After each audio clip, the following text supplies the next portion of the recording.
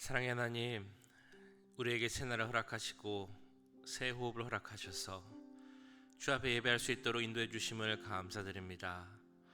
주님의 은혜 아니면 주 앞에 설 수 없음을 알기에 이 예배 자리에 나온 것이 주님의 큰 은혜임을 기억하며 나아갈 수 있도록 주님 인도하여 주시옵소서. 우리의 모든 것을 내어놓고 주 앞에 기도하는 시간 되게 하시고 우리에게 주시는 주님의 음성을 듣고 돌아갈 수 있는 시간 되도록 역사하여 주옵소서.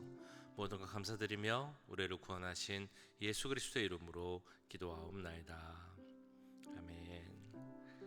자, 우리 찬송가 218장 내 마음과 정성을 다하여서 함께 찬양하도록 하겠습니다.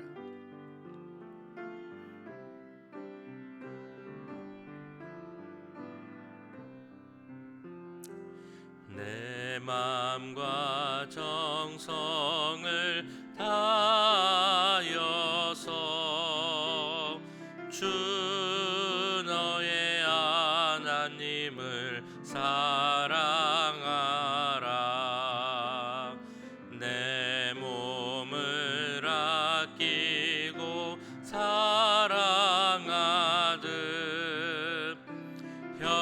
형제와 이웃을 사랑하라.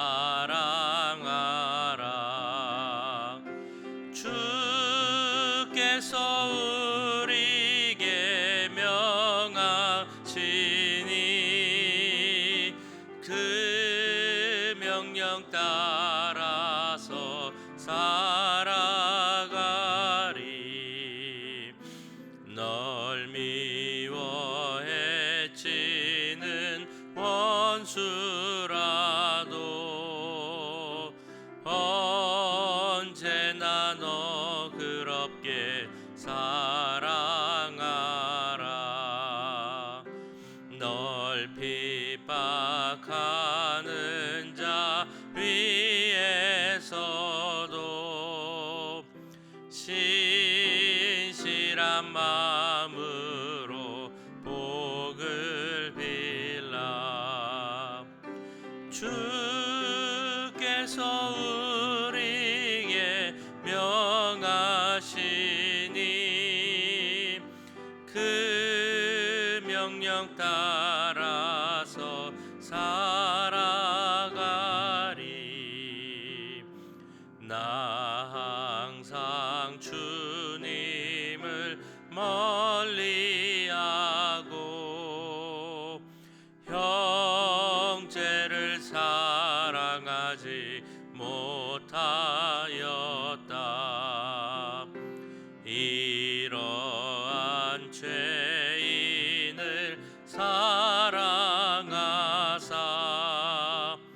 주께서 몸버려 죽으셨다.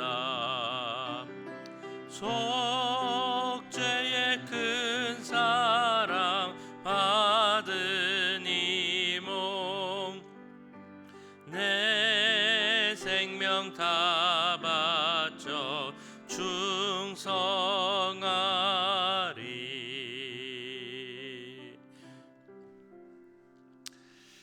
네, 우리 한 번 더 기도하실 때 우리 교육부에 있는 자녀들 또 가정을 위해서 기도하겠습니다. 우리 김동철 장로님, 김미경 목사님, 둘째 딸 에리나 목사님 오늘 수술하는데요.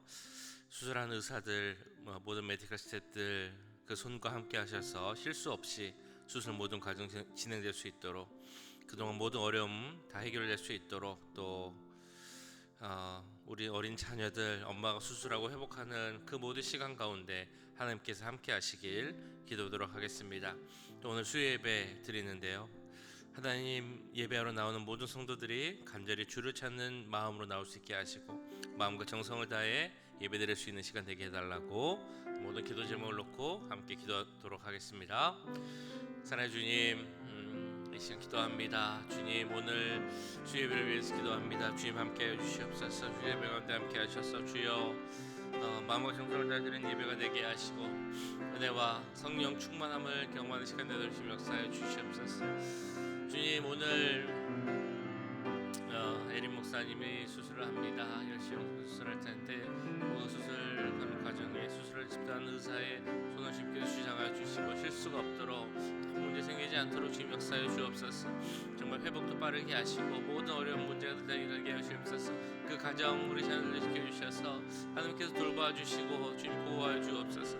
우리 교회 젊은 세대들을 위해서 기도합니다. 하나님 그들 가운데 함께 해주시고 우리 자녀들이 주여 하나님 안에서 자라게 해주시옵소서. 비전을 갖고 자라게 하여 주시옵소서. 주님 그리 정말 은혜 가운데서 믿음을 갖고 자라게 하여 주시옵소서. 이 세상에 풍파와 문화에 흔들리는 것이 아니라 하나님의 은혜 가운데 거하게 하시고 하나님 안에서 비전을 갖고 자랄 수 있는 우리 자녀들이 될 수 있도록 주님 역사하여 주시옵소서. 한 명 한 명 붙잡아 주시고 그들의 삶을 주장하여 주시고 만남의 축복을 허락하여 주시고 또 그들의 삶에 필요한 모든 지혜와 명철도 허락하여 주시옵소서. 하나님 제일 근본되는 지혜가 하나님을 경외하는 지혜라고 하셨사오니 그 귀한 지혜를 갖출 수 있는 우리 아이들이 될 수 있도록 주님 역사해 주시고 함께하여 주옵소서. 주님 붙잡아 주시옵소서. 주님 믿습니다. 역사하심을 믿습니다. 주여 주여 붙잡아 주시고 함께하여 주시옵소서.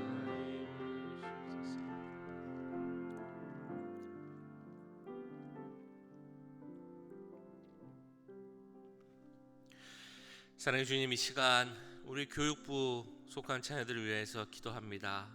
우리 자녀들이 하나님 말씀 가운데 귀하게 자랄 수 있는 자녀 되도록 인도하여 주옵소서. 하나님 말씀이 그들 마음 가운데 새겨지게 하시고 그 말씀을 표대로 삼고 자라는 우리 모든 자녀들 될 수 있도록 삶의 힘과 능력과 지혜를 얻을 수 있는 우리 자녀들 될 수 있도록 주님 역사하여 주옵소서. 우리 자녀들이 어렸을 때부터 주님 얼굴을 구하는 자녀들 되게 하시고 신실하게 응답하시는 하나님을 경험하는 삶이 되게 해 주시옵소서. 오늘 드리는 수예배 가운데도 주님 함께 해 주시길 믿습니다. 하나님의 은혜가 풍성히 넘치는 예배 되게 하시고 그 은혜를 사모하며 나온 모든 성도들이 마음과 정성을 다해 드리는 예배 되도록 주님 인도하여 주시옵소서. 오늘 10시 정도부터 진행되는 수술 모든 과정 가운데 주님께서 함께 하셔서 그 모든 의사들, 메디컬 스태프들의 손을 주님께서 주장하여 주시고 아무 실수나 문제 없을 수 있도록 그래서 정말 깨끗하게 모든 어려움들이 해결될 수 있도록 주님 역사하여 주옵소서. 회복 과정 가운데도 함께 하시고 그 모든 가정과 어린 자녀들에게도 함께 하셔서 하나님의 보호하심과 역사하심을 경험하는 귀한 시간 되도록 주님 인도하여 주시옵소서. 모든 것 주님께서 함께 하실 것을 믿사오며 이 모든 말씀 우리를 구원하신 예수 그리스도의 이름으로 기도하옵나이다. 아멘. 이 시간 함께 보실 하나님의 말씀은 사무엘상 22장 11절에서 23절까지 말씀입니다. 사무엘상 22장 11절에서 23절까지 말씀 한 절씩 교독하시고 마지막 절은 함께 읽도록 하겠습니다. 왕이 사람을 보내어 아히두베 아들 제사장 아히멜락과 그의 아버지의 온 집 곧 노베에 있는 제사장들을 부르매 그들이 다 왕께 이른지라. 사울이 이르되 너 아히두베 아들아 들으라. 대답하되 내 주여 내가 여기 있나이다.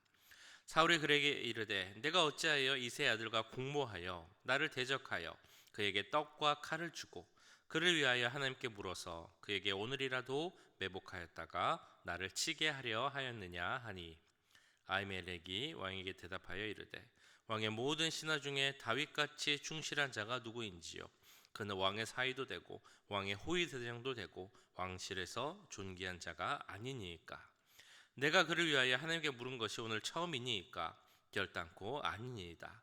원하건대 왕은 종과 종의 아비의 온 집에 아무것도 돌리지 마옵소서. 왕의 종은 이 모든 크고 작은 일에 관하여 아는 것이 없나이다 하니라. 왕이 이르되 아히멜렉아 내가 반드시 죽을 것이요 너와 내 아비의 온 집도 그러하리라 하고 왕이 좌우의 호위병에게 이르되 돌아가서 여호와의 제사장들을 죽이라. 그들도 다윗과 합력하였고 또 그들이 다윗이 도망한 것을 알고도 내게 알리지 아니하였음이니라 하나 왕의 신하들이 손을 들어 여호와의 제사장 죽이기를 싫어한지라. 왕이 도액에게 이르되 너는 돌아가서 제사장들을 죽이라 하며 에돔 사람 도액이 돌아가서 제사장들을 쳐서 그 날에 세마포 에봇 입은 자 85명을 죽였고 제사장들의 성읍 노베 남녀와 아이들과 젖 먹는 자들과 소와 나귀와 양을 칼로 쳤더라. 아히두베 아들 아히멜렉의 아들 중 하나가 피하였으니 그의 이름은 아비아달이라. 그가 도망하여 다윗에게로 가서 사울이 여호와의 제사장들 죽인 일을 다윗에게 알림해 다윗이 아비아달에게 이르되 그날에 에돔 사람 도액이 거기 있기로 그가 반드시 사울에게 말할 줄 내가 알았노라. 내 아버지 집의 모든 사람은 죽은 것이 나의 탓이로다. 두려워하지 말고 내게 있으라. 내 생명을 찾는 자가 내 생명도 찾는 자니 내가 나와 함께 있으면 안전하리라 하니라. 아멘. 네, 우리가 예전에 학교 다녔던 시절, 학창 시절을 생각해 보면 학생 생활 기록부라는 것이 있었던 것을 기억을 합니다. 그 생활 기록부를 기록하기 위해서 우리가 어떤 질문지, 기초 질문지를 작성해서 제출했던 적도 있습니다. 거기를 보시면 이제 기본적인 정보를 다 적게 돼 있죠. 이름, 전화번호, 주소, 생일, 부모님 성함, 연락처 이런 것들을 다 적게 돼 있습니다. 근데 거기 빠지지 않고 꼭 있던 것이 있는데 바로 종교란이었습니다. 종교가 무엇인지를 적게 하는 그런 칸이었는데요. 근데 그것을 잘 보면 참 아이러니했던 것이 그 1년에 한두 번 교회 갈까 말까 한 사람들, 대표적으로 부활절이나 성탄절만 교회 가는 사람도 종교는 기독교라고 쓰는 경우가 많았습니다. 또 반대로 한 번도 절에 가지도 않으면서 또 종교는 불교라고 쓰는 경우도 있었습니다. 생각해 보면 좀 이상하다라는 생각이 들기도 합니다. 근데 어떤 의미에서 반대의 의미에서 생각을 보면 또 이상한 것은 교회를 매일 가긴 하고 예배를 다 드리긴 하는데도 그 진정 그의 삶이 예배하는 삶, 하나님을 믿는 자로서의 삶이 아닌 경우도 있다라는 것입니다. 그런 사람을 우리가 보게 되면 역시 우리 마음속에 참 이상하다라는 생각이 들게 됩니다. 근데 오늘 살펴보려는 인물도 그런 인물 중에 한 명이 있습니다.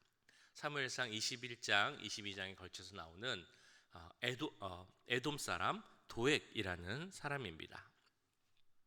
도액이라는 사람의 이름은 염려 혹은 불안 이런 뜻이 있다고 합니다. 그 이름처럼 그의 삶은 이런 염려, 불안 이런 것들로 사로잡혔던 것 같습니다.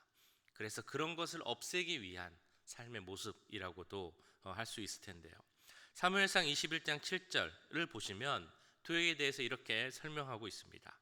그날에 사울의 신하 한 사람이 여호와 앞에 머물러 있었는데 그는 도액이라 이름하는 에돔 사람이요 사울의 목자장이었더라. 이 도액을 소개하면 세 가지를 소개합니다. 여호와 앞에 머물러 있었더라, 에돔 사람이었고 사울의 목자장이었다라는 소개입니다. 그는 에돔 사람이었습니다. 우리가 잘 아시는 것처럼 에돔은 야곱의 형제였던 에서를 조상으로 하는 그 민족입니다. 그 팔레스틴 지역 그 남쪽에 살던 사람들이었는데요. 그 사울 시대에 에돔 사람들이 많이 이스라엘로 넘어와서 이스라엘 사람이 되었다고 합니다. 그 정확한 이유는 나와 있지 않지만 사울과 에돔이 전쟁을 했던 경험도 있고 또 여러 이유로 인해서 사람들이 개종해서 이제 그 유대인 이스라엘 나라로 이제 변경을 하게 된 것이었죠. 그 중에 한 명이 바로 도액이라는 사람이었습니다. 이 도액은 근데 그냥 보통 평민이 아니었고 사울의 목자장이었다라고 나오고 있습니다. 우리가 생각해 볼 수 있죠. 그 당시 주로 하는 일이 목축업, 즉 양을 치는 일이었습니다. 그 사울의 양을 치는 그런 일을 모든 것을 관리하는 목자장이 바로 에돔 사람, 즉 이방인인 도액이 그것을 담당했다라는 것입니다. 그가 얼마나 사울의 신임을 받고 있었을까? 또 그 자리에 오르기 위해서 이 도액이라는 사람이 이방인으로서 얼마나 많은 노력과 수고를 했을까라는 것은 어렵지 않게 추측해 볼 수 있는 내용입니다. 자, 그런데 그가 여호와 앞에 있었다라는 표현이 있습니다. 성소 혹은 성막 앞에 있었다라고 하는 것이 아닌 여호와 앞에 있었다라는 것이 위치적으로 그곳에 있었다라는 것을 말하기 위함이 아님을 우리는 알 수 있습니다.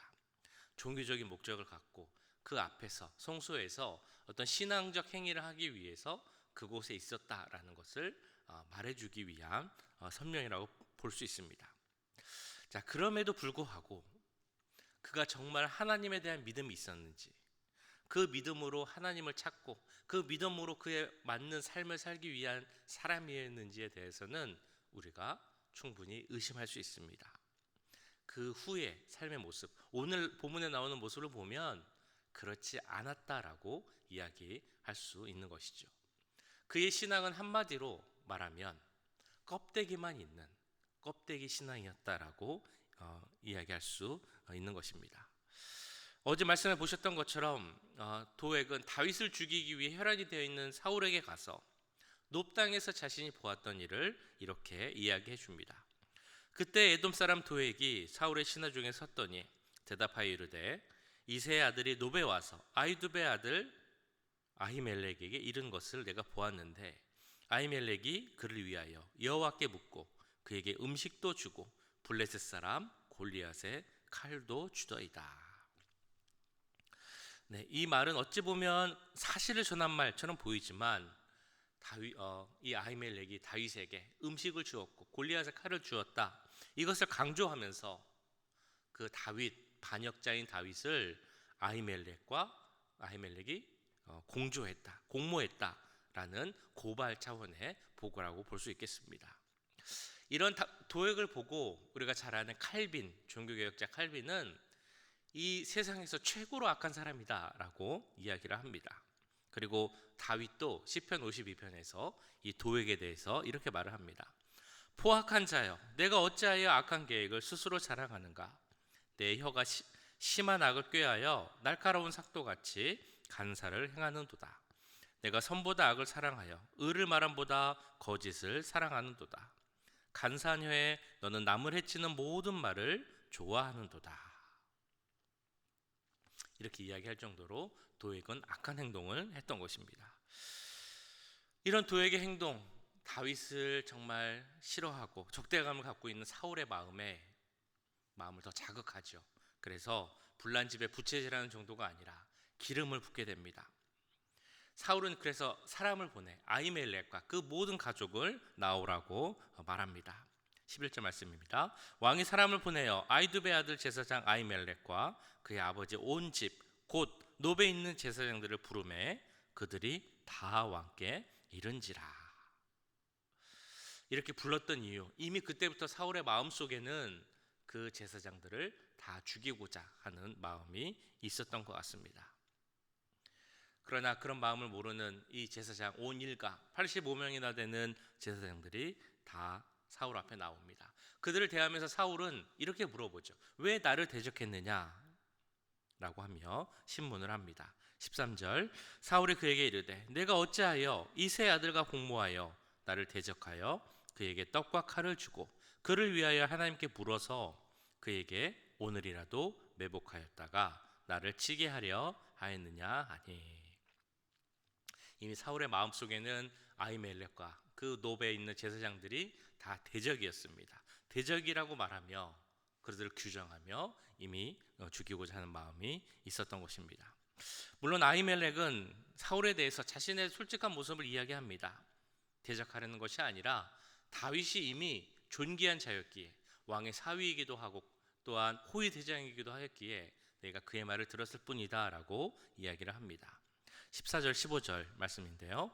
아히멜렉이 왕에게 대답하여 이르되 왕의 모든 신하 중에 다윗같이 충실한 자가 누구인지요? 그는 왕의 사위도 되고 왕의 호위 대장도 되고 왕실에서 존귀한 자가 아니니까 내가 그를 위하여 하나님께 물은 것이 오늘이 처음이니까 결단코 아니니이다. 원하건대 왕은 종과 종의 아비의 온 집에 아무것도 돌리지 마옵소서. 왕의 종은 이 모든 크고 작은 일에 관하여 아는 것이 없나이다 하니라. 그러나 사울은 이미 다윗을 미워하는 마음이 가득 찼고 그 마음은 아히멜렉의 말을 제대로 듣지 못했습니다. 판단력, 분별력 이런 모든 것들이 사라진 상태였습니다. 하나님을 두려워하는 마음도 사울에게는 없었습니다. 그래서 아히멜렉이 다윗을 도왔다는 이유만으로 반역죄로 몰아서 그들을 다 죽이고자 하는 판결을 내리게 됩니다. 하나님께 묻지 않고 자기 감정대로 행하는 사울의 모습을 보게 됩니다. 하나님이 세우신 제사장을 죽임에도 전혀 망설임이 없었다는 것입니다. 그러나 왕의 내린 명령, 왕이 지금 분별력도 없고 판단력이 없어서 이 왕의 명령을 따르지 않으면 자기들에게 분명 해가 미칠 것이다 라는 것을 알면서도 이 사울 왕의 신하들도 그 명령을 따르지 못합니다. 그들에게 정말 하나님을 두려워하는 마음이 있어서 그랬는지는 모르겠지만 어쨌든 그들 마음속에 하나님의 세우신 제사장을 죽이는 것은 불편하고 꺼림칙했던 일이었습니다. 그래서 아무도 그 일을 행하지 못하자 사울은 에돔 사람 도액에게 명령을 합니다. 에돔 사람 도액이 돌아가서 제사장들을 쳐서 그 날에 세마포 에봇 입은 자 85명을 죽였고 제사장들의 성읍 노베 남녀와 아이들과 젖 먹는 자들의 소와 나귀와 양을 칼로 쳤더라. 도액은 정말 주저함없이 아히멜렉과 85명의 제사장들을 죽입니다. 제사장뿐만 아니라 그들에게 속해했던 모든 가족들, 또 그들의 소유물들, 소와 양까지 모든 제사장에게 속한 것들을 몰살시켜 버립니다. 도액이 처음 성경에 등장했을 때를 생각을 해보면 그는 하나님 앞에 있었다라고 나옵니다. 그런데 에돔 사람 도액의 삶을 보면 그의 삶은 하나님 앞에 있었던 삶이라기보다 하나님을 떠난 삶이었음을 우리는 알 수 있습니다. 하나님께 제사를 드렸는지는 모르겠지만 하나님을 믿는 믿음은 없었다는 것입니다. 오직 출세를 위하여서 사울 왕 인간에게 잘 보이기 위하여서 제사장 가문을 학살한 사람이 바로 이 도액이었습니다. 이런 도액의 모습을 보면 우리는 정말 우리가 성소 앞에 있는 것 자체가 중요한 것이 아니라 더 중요한 것이 있음을 다시 한번 깨닫게 됩니다. 우리가 어떤 마음으로 하나님 앞에 서 있는가, 이것이 정말 중요하다는 것입니다. 진심으로 하나님을 예배하기 위한 마음으로 하나님 앞에 나오는지, 아니면 나의 마음, 나의 목적, 그것을 만족시키기 위해서 하나님 앞에 나오는지를 늘 생각해야 할 것입니다. 의미 없는 신앙 행위인지 참된 예배인지를 꼭 생각해 봐야 한다는 것입니다. 또 하나 중요한 것이 있습니다. 예배를 드리는 것이 중요한 만큼 또 중요한 것은 그 이후에 나의 삶의 자리에서 내가 어떤 삶의 열매를 맺고 있는가, 이것이 정말 중요한 일입니다. 어찌 보면 우리에게 있어서, 우리 삶에 있어서 중요한 것은 열심히 사는 것도 중요하지만 그 열심히 어떤 방향을 향해 가고 있는가, 이것이 더 중요합니다. 단순히 열심히 있는 신앙행위보다 하나님 뜻에 맞는 방향으로 나아가는 것이 더 중요하다는 의미입니다. 그래서 예수님께서도 마태복음 7장에서 분명히 이렇게 말씀하셨죠. 그 열매를 통해 나무를 알 수 있다. 우리 삶 가운데 현실로 드러난 우리 그 열매가 우리의 믿음이 어떤지를 보여주고 있다는 의미입니다. 우리가 거두는 삶의 열매가 우리들의 믿음의 증거라는 것입니다. 그렇다면 우리가 어떤 삶의 열매를, 어떤 믿음의 열매를 맺고 있는가, 우리는 스스로 돌아보고 확인해 봐야 할 것입니다. 우리가 하나님 앞에 서 있다고 생각은 하지만 껍데기 신앙이었던 도액과 같은 모습은 혹시 아닌지, 그런 모습이 혹시 조금이라도 우리에게 있지는 않은지, 우리가 정말 진정한 믿음의 열매를 삶 가운데 맺어가고 있는지, 그것을 돌아봐야 할 것입니다. 그래서 오늘 하루도 하나님의 뜻에 따른 삶의 모습으로 진정한 믿음의 열매를 우리의 삶의 자리에서 맺어가는 우리 모두가 되시기를 주님의 이름으로 간절히 축원합니다. 오늘 말씀 기억하시면서 기도하겠습니다. 하나님 앞에 나올 때마다 하나님께 영광 돌릴 수 있는 그런 삶을 사는 우리가 되게 하옵소서. 하나님 삶의 그 뜻에 부합한 목적과 방향을 따르는 그런 삶이 되게 하시고, 그래서 우리의 삶 가운데 우리 믿음의 열매들이 계속 맺어갈 수 있게 해달라고 이 시간 함께 기도하도록 하겠습니다. 사랑의 주님, 오늘 말씀을 기억하며 기도합니다. 오늘 도액이라는 인물을 보았습니다. 그는 노비라는 곳에 있었고 제사장들과 함께 있었고 여호와 앞에 있었다라고 나오지만 사실 그의 삶은 하나님 앞에 있는 삶이 아니었습니다. 주여, 그의 신앙은 껍데기 신앙이었습니다. 하나님, 우리의 신앙이 혹시라도 그런 모습이 있지 않은지, 껍데기 신앙이 있지 않은지 돌이켜보기 원합니다. 주여, 우리의 삶이 하나님을 방향짓기 원합니다. 하나님을 목적으로 하기 원합니다. 이런 껍데기 신앙을 버리게 하시고 우리의 신앙과 믿음이 우리의 삶 가운데 열매 맺을 수 있도록 주님 역사해 주시고 함께해 주시옵소서. 오늘 하루의 삶도 좀 지켜주셔서 비가 오고 후련 날씨지만 주여, 그래도 우리를 지켜주시고 보호해주시고 무엇보다 하나님과 동행하며 하나님의 그 믿음의 열매를 우리의 삶의 자리에서 맺어갈 수 있는 우리 모두가 될 수 있도록 주님 역사하여 주시옵소서.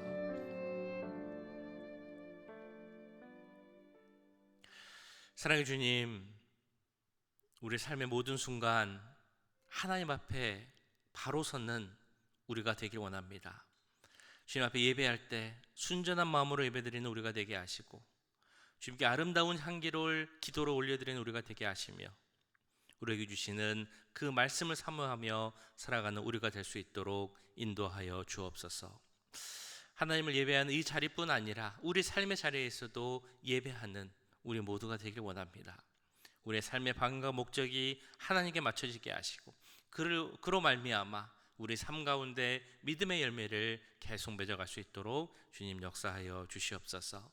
오늘 하루도 지켜주시고 보호하여 주시고 하나님 바라보며 십자가를 지고 주님을 쫓을 수 있는 귀한 하루 될 수 있도록 주님 역사하여 주시옵소서. 지금은 우리 주 예수 그리스도의 은혜와 하나님 아버지의 무한하신 사랑하심과 성령 하나님의 감화 감동 역사 교통하심이 우리가 하나님 앞에 선 자로서 주님을 예배하고 그 예배가 우리 삶 가운데 열매로 나타나기 원하는 이 자리에 함께한 모든 주의 자녀들과 그 가정과 직장, 우리 교회 위에 지금부터 영원까지 함께 하시길 간절히 축원하옵나이다. 아멘.